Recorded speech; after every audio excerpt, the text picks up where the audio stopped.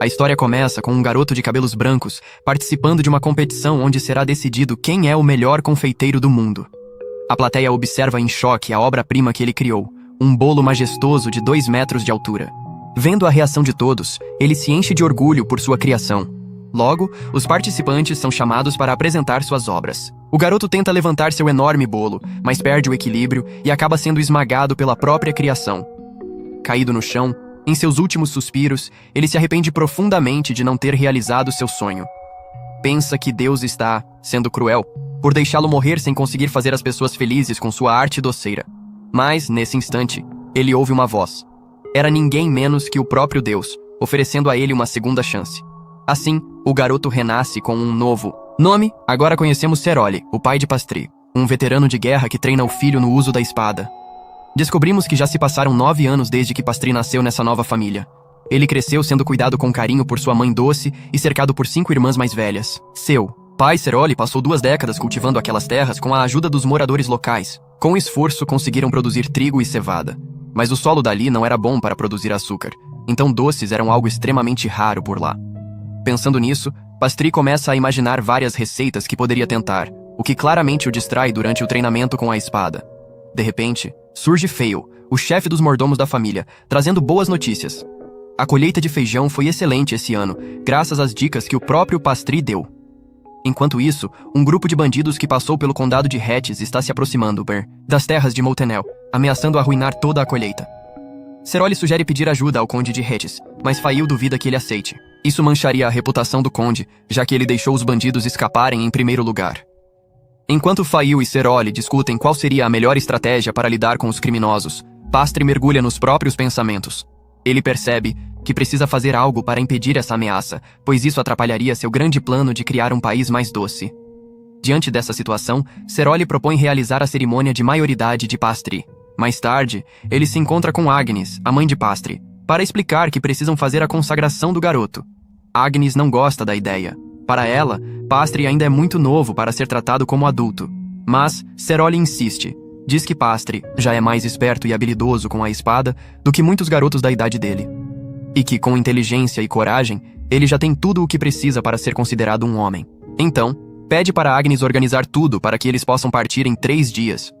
Sem muito mais o que discutir, Agnes chama uma das irmãs de Pastry para ajudá-la a garantir que tudo esteja pronto, inclusive que o irmãozinho esteja impecável para a sua cerimônia. Logo depois, descobrimos algo curioso. Por ser o caçula em uma casa cheia de mulheres, Pastry foi tratado como uma espécie de boneca pessoal desde pequeno. E quando as irmãs mais velhas ainda estavam por perto, a situação era ainda mais intensa. Por isso, ele mal pode esperar para alcançar logo a maioridade e conquistar sua liberdade.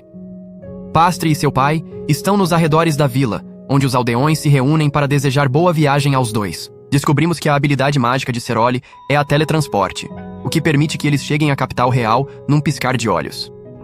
Ao ver as frutas exóticas da capital, a imaginação de Pastry voa longe com ideias de doces que ele poderia criar com aqueles ingredientes. Notando o entusiasmo do filho, Ceroli promete comprar o que ele quiser, desde que tudo corra bem na cerimônia. Enquanto caminham, Pastry se encanta com uma maçã no mercado.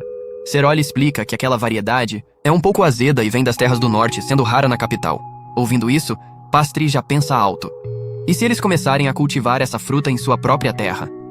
Ceroli acha natural o interesse do filho por produtos diferentes, afinal, ele será seu sucessor. Mas a real intenção de Pastry é outra. Se a ideia der certo e ele virar o senhor das terras, poderá tornar seu sonho de um reino de doces em realidade. Enquanto isso, Ceroli acredita que com o talento do filho, se ele herdar seu título, a família vai prosperar e se tornar uma potência, inclusive militar. Em seguida, os dois vão até a igreja, onde são recebidos por um sacerdote com aparência tão fofa e peculiar que parece um panda, o que arranca risos de Pastry. Ceroli então informa que estão ali para realizar a cerimônia de consagração de seu filho. O pedido pega o padre de surpresa. Aquela cerimônia geralmente é feita entre os 13 e os 15 anos, e Pastry ainda tem apenas 9. A cena corta novamente, e vemos Jessie perguntando a Fail. Afinal, o que é uma verdadeira cerimônia de maioridade? Jessie fica pensativa, lembrando que quando passou por essa cerimônia, quase não tinha magia, e por isso acabou não sendo aprovada na fase seguinte. Isso a preocupa, pois teme que seu irmão possa passar pela mesma frustração. Mas Fail a tranquiliza, dizendo que Pastry vai se sair bem e que não precisa se preocupar tanto. Ele ainda comenta que a cerimônia nem é tão assustadora assim. Primeiro, medem a quantidade de magia dentro da pessoa. Depois, o colocam em um lugar completamente escuro, onde não dá pra ver nem ouvir nada, e a pessoa precisa ficar ali por horas. Segundo ele, como a magia é uma força poderosa que vive dentro de cada um, é preciso encarar a solidão e a adversidade para que ela desperte. Já se passou 1 dia e meio desde que Pastry foi trancado na sala escura, e Ceroli começa a ficar preocupado com o filho. Enquanto isso, lá dentro, o próprio Pastry está animado. Ele só consegue pensar nas maçãs que seu pai prometeu. Está empolgado com a ideia de conseguir açúcar e criar receitas incríveis. Nada parece incomodá-lo. Na verdade, ele até está achando a experiência divertida. Cheio de entusiasmo, ele diz que quer encher o mundo com doces e fazer todos sorrirem com suas criações. Ele tem certeza de que reencarnou nesse mundo justamente para isso, para criar o primeiro e único país feito de doces. De repente, uma luz estranha começa a envolvê-lo, preenchendo seu corpo de magia. E assim que abre os olhos, a primeira coisa que vê é o rosto do seu pai. Ceroli anuncia que a cerimônia foi um sucesso, e que Pastry ficou lá por 2 dias inteiros. Mais tarde, Pastry é levado à sala de orações. O sacerdote diz que, se ele realmente despertou seus poderes, será capaz de entender o que está prestes a ouvir. Nesse momento, uma enxurrada de imagens invade a mente de Pastry. Visões que revelam que ele tem o poder de reencarnar e replicar. Ele percebe que o que está sendo lido pelo sacerdote é, na verdade, o próprio texto da magia em si. E então, o sacerdote confirma. Pastry recebeu um dos poderes mais raros e especiais do mundo. Ceroli, grato, faz uma oferenda à igreja em nome do filho. O sacerdote aceita de bom grado, mas, assim que os dois vão embora, ele nota que a quantia não foi suficiente para silenciar o que ele presenciou naquele dia. Os bandidos estão destruindo todas as aldeias, por onde passam. Eles não estão satisfeitos nem com os tesouros que já roubaram, então agora estão se dirigindo para Montero. Vemos então Ceroli e Pastry liderando os preparativos para defender a vila contra o ataque iminente. File se aproxima com más notícias. Os criminosos já destruíram todas as vilas sob proteção dos cavaleiros Leap Tower. Ceroli se surpreende, pois esses cavaleiros tinham chegado à capital há apenas 3 semanas. Do jeito que está indo, os bandidos vão chegar muito antes do que esperavam. Então Ceroli ordena que Pastry convoque os líderes das outras aldeias, além dos aliados Triago e Glacage. Pastry não perde tempo. Sai determinado a impedir os bandidos, porque no fim das contas, tudo isso atrapalha o seu grande plano de construir um país inteiro feito de doces. Logo vemos que Ceroli trouxe os moradores das aldeias vizinhas, para concentrar todos em um único ponto e minimizar os danos. Também reuniram toda a comida restante em um grande armazém. Mas fazendo as contas, eles só teriam comida suficiente para 7 dias, se todos comerem apenas uma vez por dia. Mais tarde, Lumito e Mark se aproximam de Pastry e o chamam de jovem mestre. Isso o incomoda, afinal, eles são seus amigos de infância.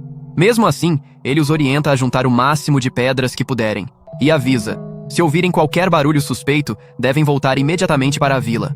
Os bandidos estão vindo. Enquanto coletam as pedras, Mark ouve um ruído estranho à distância e, junto com Lumito, corre para avisar os moradores. A notícia deixa todo mundo em pânico. Muitos aldeões não se sentem preparados para enfrentar criminosos armados. Mas Ceroli assume o controle da situação. Ele pede que todos mantenham a calma. Diz que se os bandidos entrarem, vão machucar suas famílias, roubar toda a comida e destruir suas casas. Mas garante que não vai deixar isso acontecer. Para isso, precisa da ajuda de todos. Ceroli então divide os moradores em grupos por setores e se reúne com Fale para montar um plano. Fale acredita que o ataque deve acontecer pela manhã. Mas Ceroli aponta outro problema. Provavelmente os bandidos estão com pouca comida e recursos. Afinal, a colheita do último ano foi fraca por causa do frio intenso.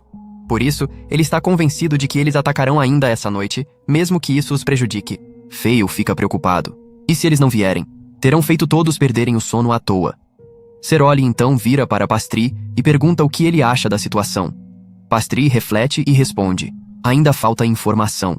Primeiro, eles precisam saber exatamente quantos inimigos são e quanto de comida eles têm.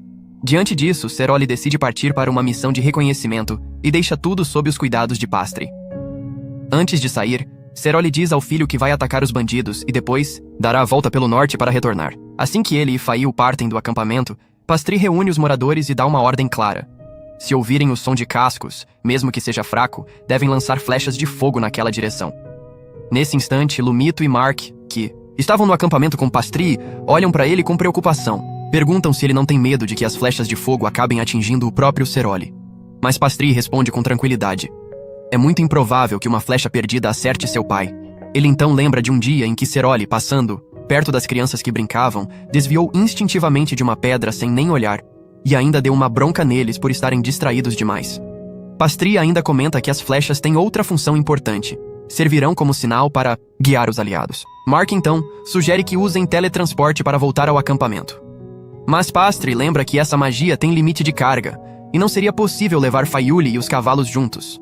No fim, ele envia Mark e Lumito para suas posições, deixando claro que está contando com o apoio deles nessa batalha.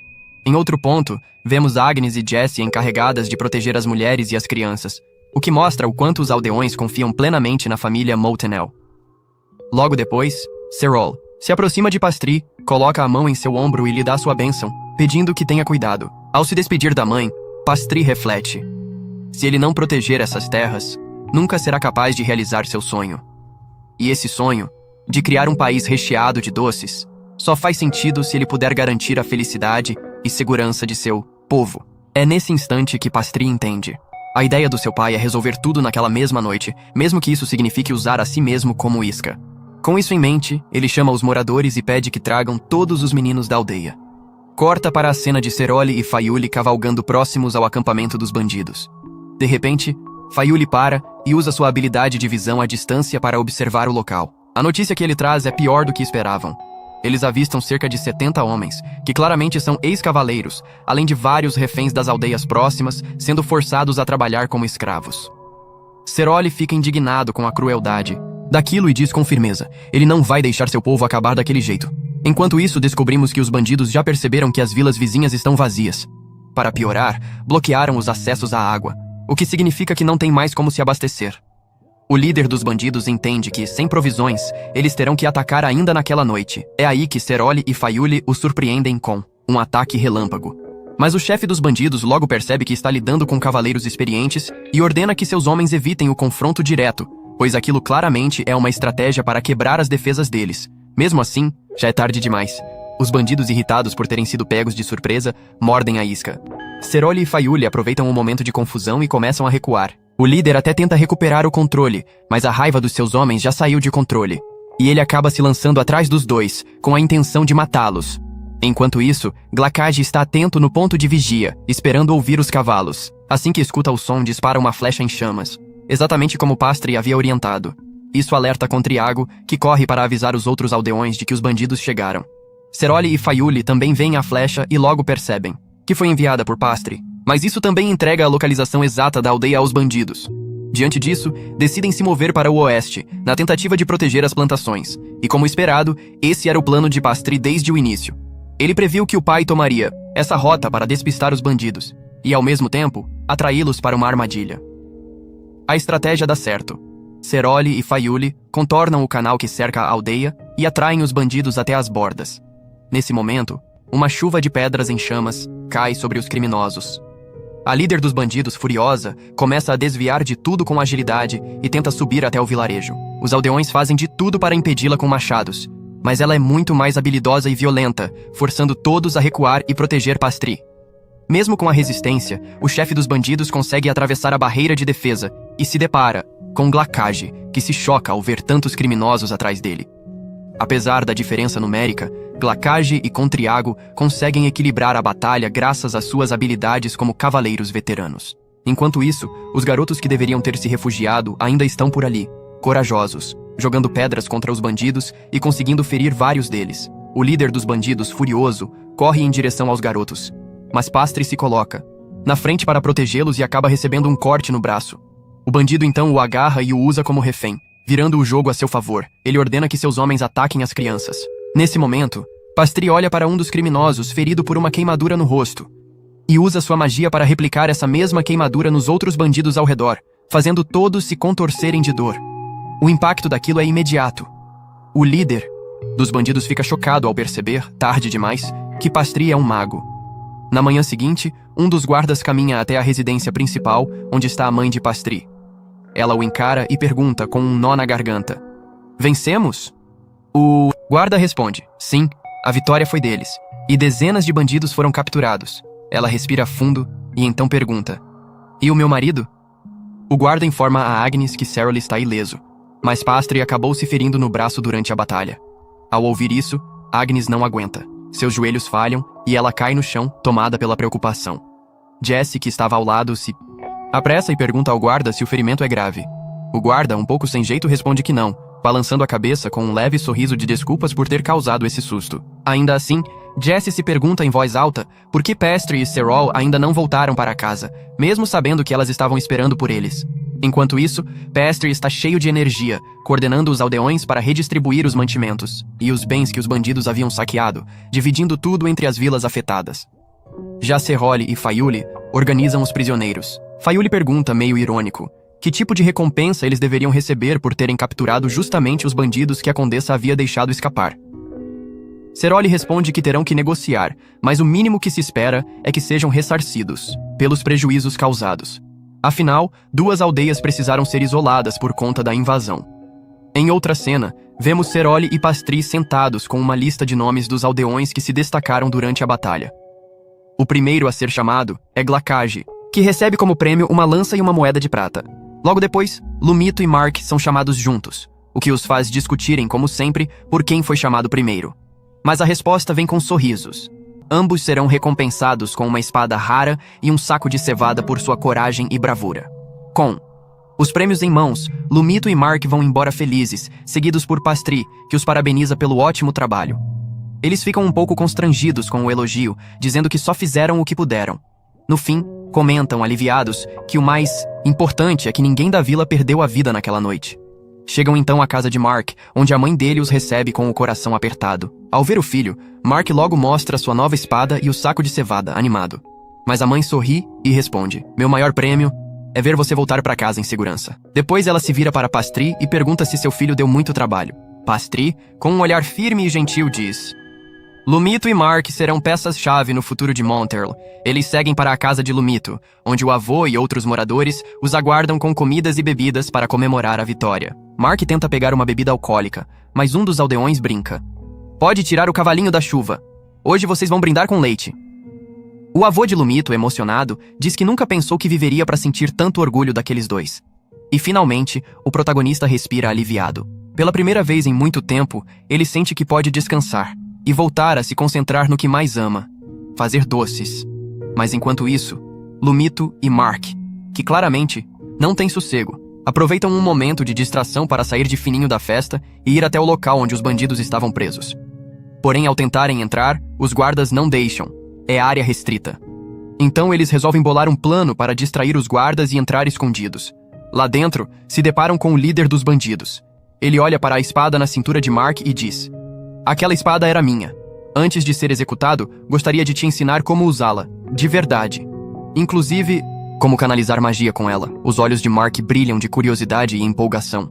Ele saca a espada, mas o bandido avisa: "Para ativar o poder dela, você precisa de uma palavra mágica. Mas não posso dizer isso com a sua amiga ouvindo. É perigoso demais. Chegue mais perto." Mark, ingênuo, se aproxima.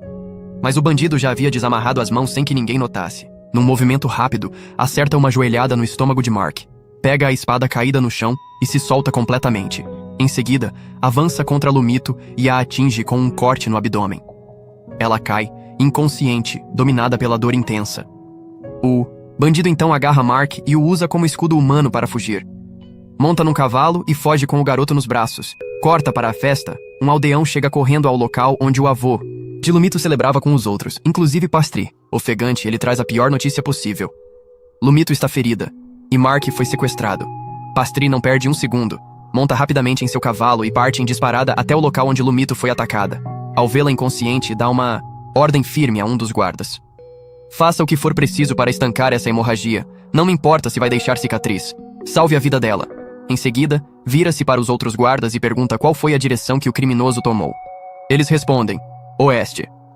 Pastry parte imediatamente, cavalgando com toda a velocidade que consegue. No caminho, já traça sua estratégia. Se for preciso, ele se deixará ferir intencionalmente, só para poder replicar a dor no corpo do inimigo usando sua magia. Em paralelo, Cerole recebe a notícia de que Pastry saiu sozinho atrás do bandido. Ele se levanta na hora, pronto para ir atrás do filho. Mas Fayule o segura, firme, e o alerta. Nesse tipo de momento, o líder precisa manter a cabeça fria. O povo está te observando. Mostre força, não desespero. Ele então ordena que chamem Cointreau, um dos homens de confiança, para buscar Pastry e trazê-lo de volta. Enquanto isso, Mark está sendo levado pelo bandido, mas de repente os dois caem numa armadilha preparada por Pastry. Os dois despencam, do cavalo. E no instante seguinte, Pastry aparece diante deles. O bandido, ainda atordoado, entende na mesma hora. Foi Pastry quem armou tudo isso. A presença de Pastry ali enfurece o bandido. Ele já está completamente farto daquele garoto, se metendo em seus planos e decide acabar com ele de uma vez por todas, antes que tenha a chance de usar sua habilidade de replicar magia. Mas o que ele não esperava é que Pastry é absurdamente habilidoso com a espada, muito mais do que se espera de um menino da sua idade. Mesmo assim, em meio ao confronto, o bandido consegue quebrar a espada de Pastry e se prepara para desferir o golpe final. Enquanto isso, o dia começa a escurecer. Fayuli continua procurando por Pastry usando sua magia de visão à distância, mas não consegue localizá-lo em lugar nenhum. De repente, ele encontra algo no chão. A espada do garoto, partida ao meio.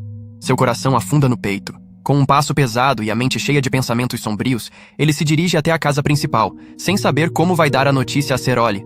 Mas assim que abre a porta, a cena o paralisa. Pastry está ali, são e salvo, nos braços da mãe, que o segura com tanta força que até adormeceu abraçada a ele. Mark, também salvo, já foi levado para casa. Ceroli explica que Pastry havia acabado de chegar com um amigo nos braços. Fayuli fica confuso. Como ele não viu o garoto voltando? Ceroli, desconfiado, pede uma explicação. Fayuli hesita, diz que é melhor deixar para depois. A história é longa demais. Ceroli se irrita e exige que conte logo o que houve. Então Pastry explica. Ele usou a magia de teletransporte. Conseguiu replicar a habilidade do pai. E aí revela algo ainda mais surpreendente. Sua magia permite copiar qualquer coisa, desde que ele tenha visto com os próprios olhos ou que o objeto, habilidade ou feitiço seja tangível. Ceroli não parece surpreso. Na verdade, ele já suspeitava disso. Mesmo assim, dá uma bela bronca no filho. Diz que jamais deve revelar esse poder para ninguém e que foi extremamente imprudente usá-lo assim. Afinal, ele poderia ter se teletransportado para dentro de uma rocha ou sob a terra. Mais tarde, Ceroli demonstra preocupação. Se alguém descobrir que Pastry pode copiar qualquer tipo de magia, com certeza vão tentar usá-lo como arma.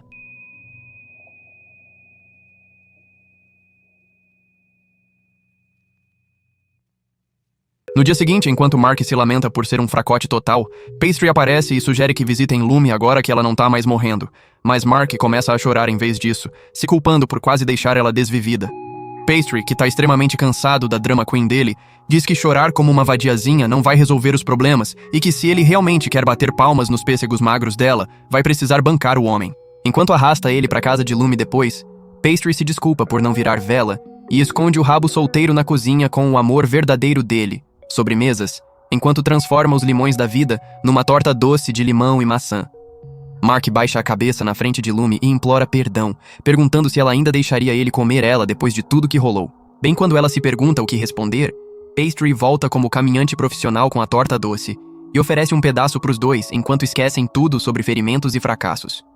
Pastry continua com a palhaçada sobre como maçãs diferentes podem fazer sobremesas diferentes, assim como todos os humanos têm papéis diferentes. Ele diz que ainda recrutaria Mark pro exército futuro dele, apesar de ser um fracasso completo e total, o que o move às lágrimas por finalmente conseguir uma entrevista de emprego. Bem nessa hora, o pai de Lume entra na cena com o Sharingan inativado e diz pra Mark que ele vai ter que casar com a filha agora que deu uma cicatriz feia nela. Lume concorda na hora, sabendo muito bem que não consegue um homem com os melons inexistentes dela, enquanto Mark fica vermelho que nem tomate de vergonha. Enquanto todo mundo curte a torta de maçã juntos depois, Pastry percebe que tá um passo mais perto do sonho de criar a terra do diabetes e jura fazer todo mundo feliz quando alcançar o objetivo. Na manhã seguinte, porém, a crise corporativa atinge o Dreamland de Pastry de novo, enquanto Casserole reclama da conta bancária zerada e da falta de grana para recomeçar a vida. Kaela aumenta a miséria lembrando que são conhecidos longe e largo como fraudes lendárias, por isso não podem esperar empréstimos também. Bem quando ele amaldiçoa o líder ladrão fugitivo, Pastry pergunta se pode pedir grana pros pais dele ou da esposa, só pra saber que a burrice do pai não para em ser líder horrível.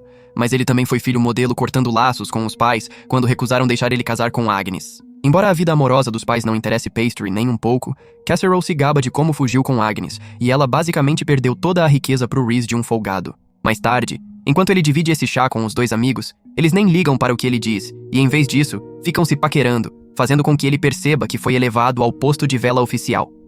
De qualquer forma, como precisa das 2 células cerebrais deles, ele permanece ali e pede algumas sugestões para virar bilionário da noite pro dia. Lumi recomenda que ele monte um negócio de torta de maçã, e apesar de Pastry ficar encantado com a proposta, ele ainda precisa tirar o rabo pobre da sarjeta antes de conseguir comprar as maçãs. Mark propõe que ele dê aulas de magia, mas Pastry sabe que não vale a pena virar professor mal pago para um monte de burros. Lumi joga lenha na fogueira chamando Mark de otário, e colocaria fogo em si mesmo antes de aprender a usar magia de fogo, deixando Pastry enjoado das brigas de casal deles. Em seguida, eles sugerem que ele use a magia de replicação para virar tatuador, uma ideia que de fato o anima, animado para se tornar a próxima grande banda emo. Mark e Lumi fazem uns rabiscos para as tatuagens futuras deles, só para Lumi zoar a falta de talento artístico de Mark e o dragão feio que ele desenha. Irritado, ele manda ela esperar até ele mostrar o dragão dele para ela, só para Pastry se intrometer e usar um feitiço para copiar os desenhos nas mãos deles. Os dois se apaixonam na hora pelo visual das tatuagens, e Lumi questiona se ele conseguiria copiar e colar outra coisa além de desenhos se tentasse. Com isso, uma ideia finalmente acende na mente burra de Pastry, e ele chama Lumi de grande gênio, a deixando coradinha na hora. Rapidamente, ele corre para os pais e lembra Casserole de como ele usa a teletransporte para levar Josephine, irmã de Pastry, a bailes e festas para que ela consiga um Shed rico como marido, agora que ela está na idade. Ele pergunta o que os pais que não têm hacks overpowerados assim fazem, e Agnes afirma que eles obviamente gastam fortunas em viagens. Foi aí que Pastry revela a ideia mais recente e usa a replicação para pintar um retrato de Agnes, propondo que eles vendam esses retratos para os nobres como uma forma barata de arranjar casamentos. Casserole, cuja falta de inteligência ainda não conseguiu gerar uma ideia melhor, adora o plano e começa a sonhar com o dia em que finalmente fará milhões às custas do filho. Enquanto isso, Agnes pede a Pastry para photoshopar a pele enrugada dela para parecer menos velha, fazendo ele soltar um suspiro de irritação. Com essa arma legal no arsenal, Casserole e Pastry vão para o condado de Kaela para finalmente ter uma reunião com a vadia responsável pelo rabo pobre e pela miséria atual deles. Logo de cara, Casserole tenta elevar ela, só para ela direcionar toda a atenção para Pastry em vez disso, que fica chocado ao ver como ela parece feia com aquele caso horrível de tintura de cabelo. Mais tarde, eles se acomodam em volta de uma mesa de chá, onde Pastry se surpreende ao ver todos os doces que ele amava no mundo antigo. E embora Casserole se esforce ao máximo para bajular Kaela cantando falsos elogios a essa ceia medíocre, Pastry deixa bem claro que não agrada ao paladar superior dele. Isso desestabiliza Kaela, que quer nada mais do que impressioná-lo, mas se distrai quando Casserole tagarela sobre a agricultura e outras merdas que ele costuma fazer. Ao finalmente conseguir a atenção de Kaela, ele joga todo o crédito para Pastry, dizendo que ele é tão inútil que não teria conseguido cultivar as plantações sem a ajuda do filho. Aproveitando a deixa, Pastry menciona como uns bandidos apareceram e destruíram todo o sustento suado deles poucos dias atrás e ameaça sutilmente Kaela de que vai entregá-los pro exército real para que eles investiguem de onde vieram, sabendo muito bem que era dela mesma. Kaela percebe que está frita, mas ainda tenta mentir para se safar e os desafia a encontrar prova de que foi incompetência do exército dela. Como se esse fosse o momento pelo qual viveu a vida toda, Casserole saca na hora a carta na manga, uma espada com o emblema de Kaela que um dos bandidos carregava, dando a ela a prova que pedia. Agora totalmente encurralada, ela oferece compensar os danos, e depois de uma barganha, Pastry finalmente arranca 150 moedas de ouro, um acordo que o satisfaz por completo, mas irrita Kaela, que percebe que Casserole não estava blefando quando creditou Pastry pelo sucesso mixuruca que tem. Mais tarde, enquanto essa rainha das tramas se despede de Pastry, ela pergunta por que ele parecia não gostar do chá servido, só para Pastry tagarelar sem parar sobre como os biscoitos servidos junto eram doces demais e podiam ser melhorados no futuro. Quando as orelhas de Casserole começam a sangrar com isso, ele dá um tapa na cabeça dele e pede desculpas à gata por causar problemas. O próprio Pastry pede desculpas a ela com uma pintura replicada dela, com a qual Kaela logo fica obcecada. No dia seguinte, Casserole faz outra viagem de negócios para a mansão do Duque Cadillac por causa da cerimônia de maioridade do neto dele. O neto Squall, que parece mais uma senhorita, aparenta estar chapado com uns 100 shots de espresso e cumprimenta Casserole gaguejando. Cadillac manda ele afrouxar as calças e revela que praticamente venera as histórias de valor de Casserole, deixando ele envergonhado com esse status de celebridade recém-descoberto. Quando tudo está dito e feito, Cadillac finalmente paga. Mais tarde, enquanto o Duque presta atenção na existência insignificante de Pastry, só para ficar impressionado com a encenação dele de se esforçar, na verdade, quando o próprio neto dele amarela na frente de Pastry, Cadillac quase o entrega para a adoção em troca de ficar com Pastry. O cara Pick-me, por outro lado, continua impressionando o Duque ainda mais ao pintar um retrato de uma gata com melões enormes enquanto mostra a magia recém-aprendida. No entanto, antes que o velho fedorento se empolgue demais, Pastry esclarece que é um presente para Squall do comandante militar Huber, que mandou o retrato da filha porque não pôde visitá-los pessoalmente. O motivo disso é as ameaças constantes de guerra que cercam o território dele, o que torna perigoso para a filha Petra sair da mansão. Squall, por sua vez, mal escuta qualquer parte disso, já que o filho virgão dele, que nunca viu uma mulher na vida, igual você que está assistindo, se apaixona à primeira vista e aceita na hora fazer uma visita a ela no mês seguinte. Ketelak, enquanto isso, se irrita com o burro do neto ao perceber como a dupla pai e filho está tentando arranjar um casamento entre as duas famílias, algo que ele não quer impedir pro neto dele. Ketelak tenta recusar a proposta, citando o custo da viagem e as contas bancárias zeradas deles no momento, só para Casserole se oferecer para virar o transporte pessoal grátis dele. Assim que o velho fica furioso ao ouvir isso, Pastry bajula ele revelando que Huber, na verdade, busca uma aliança familiar com ele para eliminar as ameaças ao redor, usando o exército incrível de Ketelak para intimidar os adversários. O viciado em elogios fica lisonjeado na hora e anuncia para a plateia que vai visitar a residência de Huber pessoalmente, junto com o neto em breve. Depois, ao conseguir completar a missão sorrateira, Pastry fica perambulando pela festa quando o patético Squall se aproxima dele e pergunta se tem algo que Petra gosta em especial. Enquanto o burro começa a tagarelar sobre os cookies doces que ela adora e como pode ajudar a fazer alguns, Squall percebe que ele é novo demais para entender a pergunta e, em vez disso, pede que ele modifique o retrato de Petra para realçar os plots dela e deixá-la mais táxi, fazendo Pastry revirar os olhos. Naquela noite, Kaela bajula Casserole por ser um homem generoso e pede que ele aumente o pagamento dele, só para Pastry interrompê-los. O loser traz duas cartas, uma da casa de Ketelak e a outra de Huber, segundo as quais Petra e Squall ficaram noivos, e por bancar o casamenteiro, o estado de Casserole recebe uma soma gorda de dinheiro. Assim que Pastry se pergunta se finalmente pode comprar as maçãs preciosas que sempre foi pobre demais para bancar, Casserole diz que não estão pegando caridade de graça, mas vão precisar prestar serviços para garantir a segurança de Petra quando ela viajar da cidade natal para a capital. Isso porque o pai Chad dela tem treta com quase todo mundo ao redor, e eles podem tentar machucar Petra para acertar contas com ele. Kaela questiona se ele pode simplesmente transportá-la com a magia prática dele, mas Casserole responde que não dá, porque para isso vão precisar posicionar alguns soldados na capital antes, algo para o qual não tem tempo suficiente. Ao ouvir isso, Kaela sugere que recusem o trabalho, mas Casserole logo explica para ele como nunca vão ganhar tanto dinheiro na carreira inteira de novo se não aceitarem esse serviço. Pastry concorda com ele também, já que precisa das moedinhas para montar a terra do diabetes dele. Enquanto força as duas células cerebrais a pensar na situação, ele surge com o plano mestre de levar Petra à igreja em nome da cerimônia de despertar mágico dela e mantê-la no santuário por 2 dias até o noivado, com o príncipe fresco ser anunciado oficialmente. Casserole aceita na mesma hora, já que o burro dele não consegue bolar nada melhor, e Pastry tenta se esgueirar esperando que essa ideia sirva de moeda de troca contra o dinheiro que roubou do prêmio. Porém, mesmo que o pai dele seja completamente burro em outras coisas, ele não bobeia quando se trata de notas de dinheiro e dá um tapa na esperteza dele na hora que descobre sobre as maçãs e o açúcar que pediu. No dia seguinte, enquanto pai e filho vão à residência de Huber para escoltar Petra, Pastry descobre que não vai ficar perto de só uma gata o tempo todo, mas de 2, já que Petra tem uma irmã gêmea. A gata começa na hora a bajular Pastry, na esperança de ganhar mais dos cookies doces e nozes dele. Mas esse loser a desanima tagarelando sobre a qualidade da farinha em vez disso. Já dentro da carruagem, Pastry tenta a sorte com Lorus, a irmã gêmea Ed, só para ela nem dar bola para ele também. Petra repreende ela para ser mais direta se quiser ter as cheeks clapped, especialmente com os plots inexistentes dela, mas a coitada só lamenta como Pastry só prestou atenção nela quando Petra ignorou a tagarelice dele. Logo em seguida, Casserole e Huber sobem na carruagem também e partem para a igreja, só para serem seguidos por um monte de aspirantes a Jason Bourne, esperando para puxar o plot twist do século. No entanto, assim que Casserole desce da carruagem, ele fareja o cheiro fedorento deles de longe e dá uma surra neles. Um bandido escapa dos olhos de Deus dele e surge na frente das donzelas em apuros, só para Pastry mostrar quem manda e bater nele até virar mingau. Quando todos os bandidos saem correndo de medo, o grupo entra na igreja, onde o Pick-Me-At de Lorus é abandonado por Petra, que mal pode esperar para ser comida por Squall, mas Pastry aproveita a oportunidade para elevar ela com o zero charme dele, só para a burra da garota se apaixonar perdidamente por ele, ao ver como ele não presta atenção na irmã dela, diferente de todo mundo mais.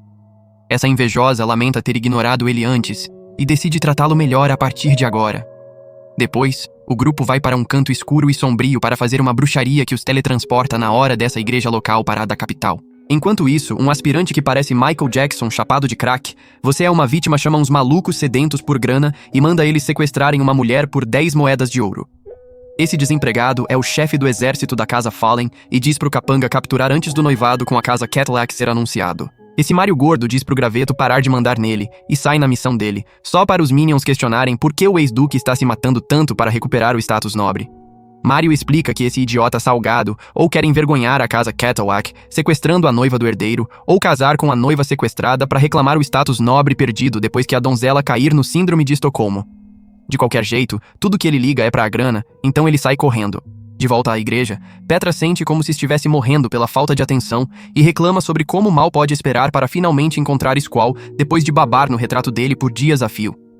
Pastry, que está orgulhoso das habilidades de casamenteiro dele, compara isso a fazer sobremesas até o pai dele tirá-lo do devaneio e lembrar que ele está no trabalho. Depois que Kaela faz o comeback dele, Casserole explica pra Pastry que enquanto Petra vai ficar no santuário, ele vai precisar levar Loros pro quarto de hóspedes e ajudar ela a relaxar.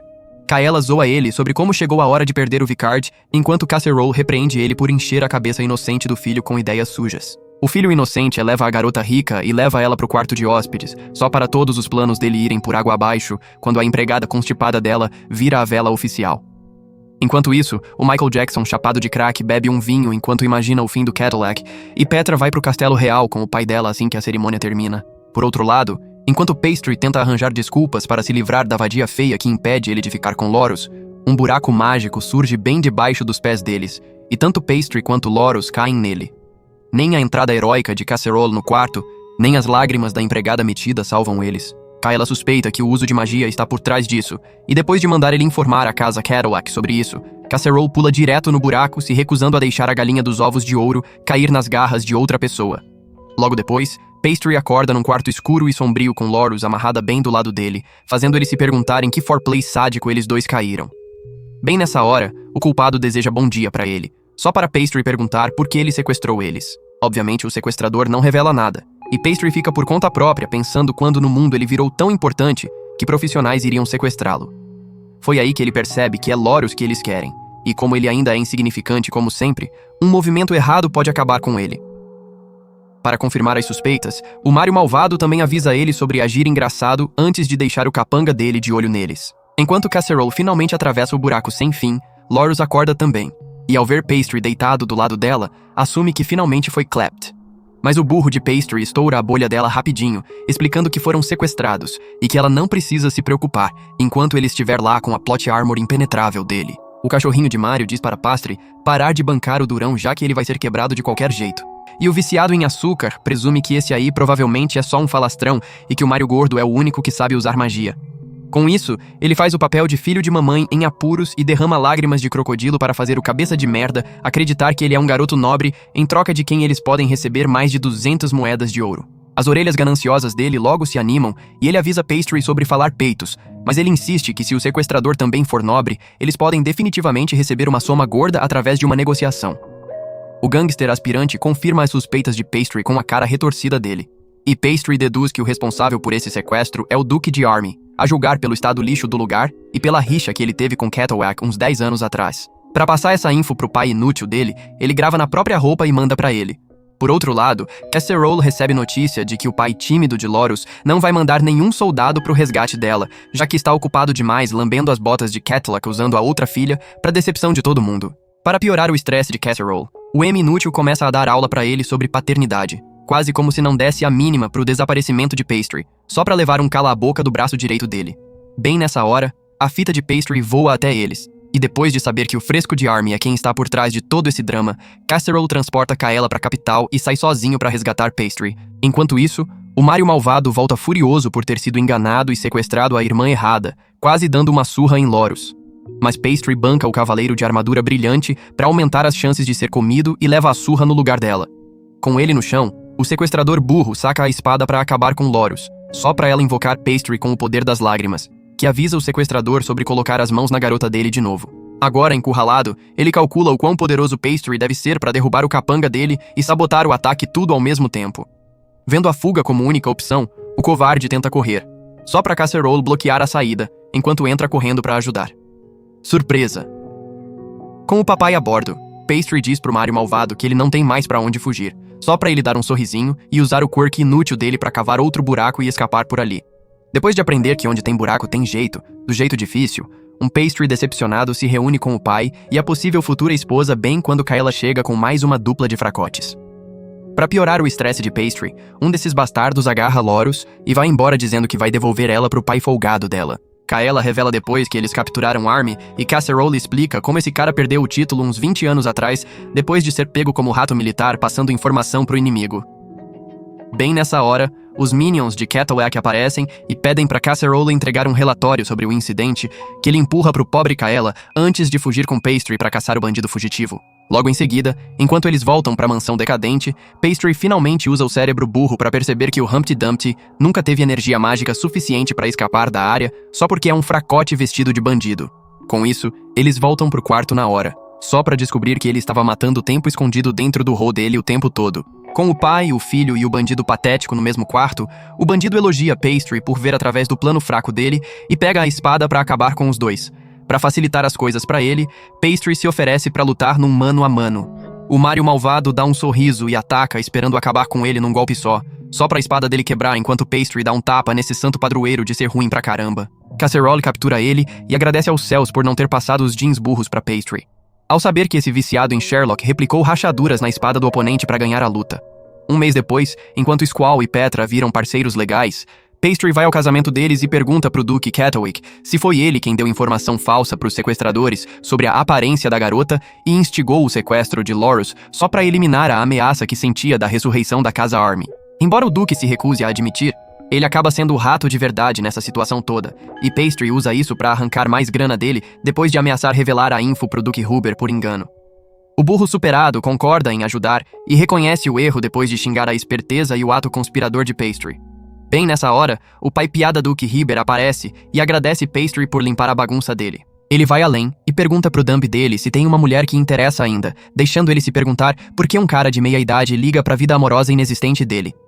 Enquanto fica com os creeps, Pastry explica como é novo demais pra isso por enquanto, só pro Duque propor que ele fique noivo de Lorus antes que outra mulher se intrometa e roube ele. Enquanto todos os outros adultos morrem por dentro de vergonha alheia, as tendências people-pleasing de Pastry tornam difícil recusar, embora ele ainda tente bancar o ela merece melhor.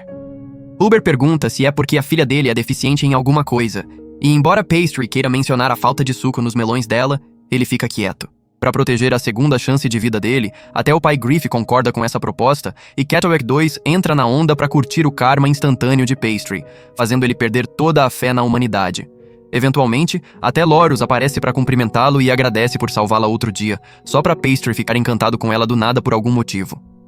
Quando a notícia chega em Squall e Petra, eles propõem ir de 3 com ele algum dia, uma oferta que ele recusa nervoso. Eventualmente, toda essa lambida de botas cansa ele e Pastry curte um pouco de solidão à noite, mas só pra Lorus estragar isso também. Essa vadia sedenta por atenção pergunta se Pastry não está feliz com ela, só pra ele tranquilizar dizendo que sim. Aliviada ao ouvir isso, ela tenta conquistá-lo com os cookies doces amados dele, só pra Pastry perceber que ela colocou sal no lugar de açúcar. Ainda sendo o bom marido que é, ele devora tudo e até elogia, fazendo ela sorrir de coração. Enquanto o sol desce e ele come mais do fracasso culinário dela, Pastry jura pra si mesmo que vai protegê-la pelo resto da vida.